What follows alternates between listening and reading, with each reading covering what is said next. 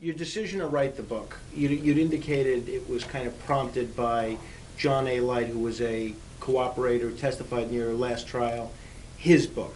Why would his book prompt you to write this book when you had every opportunity to do so after your last trial? Well, in actuality, Frank, I had written 375 pages of this book some 4 years ago.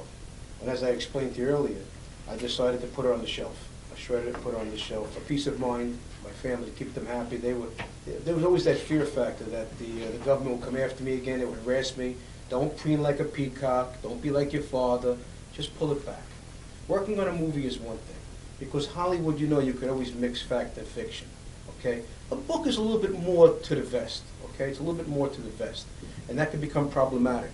So I dashed it, I killed the book, and upon coming back from vacation this past August, I learned that a book was being written anyway, and it was by a witness in my previous case that was totally discredited. In fact, 9 of the jurors had stood around to answer questions after the case was resolved. The case was over. 2 of them had voted guilty for me.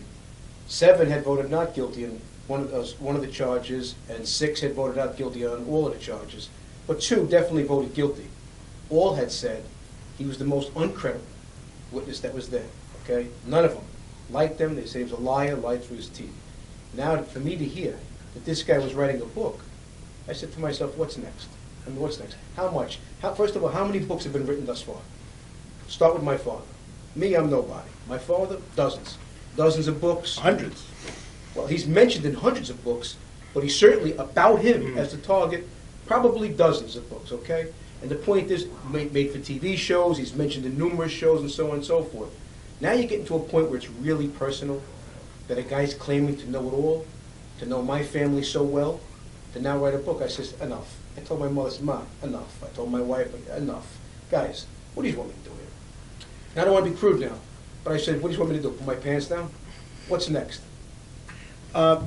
Before we talk about what's in A. Light's book and his testimony at not only your trial but other trials that he appeared at where he was similarly found discredible, what was your relationship like with John A. Light? The government portrayed him as somebody that was your right-hand man, your best friend, personally. Didn't they say that about Mikey Scars?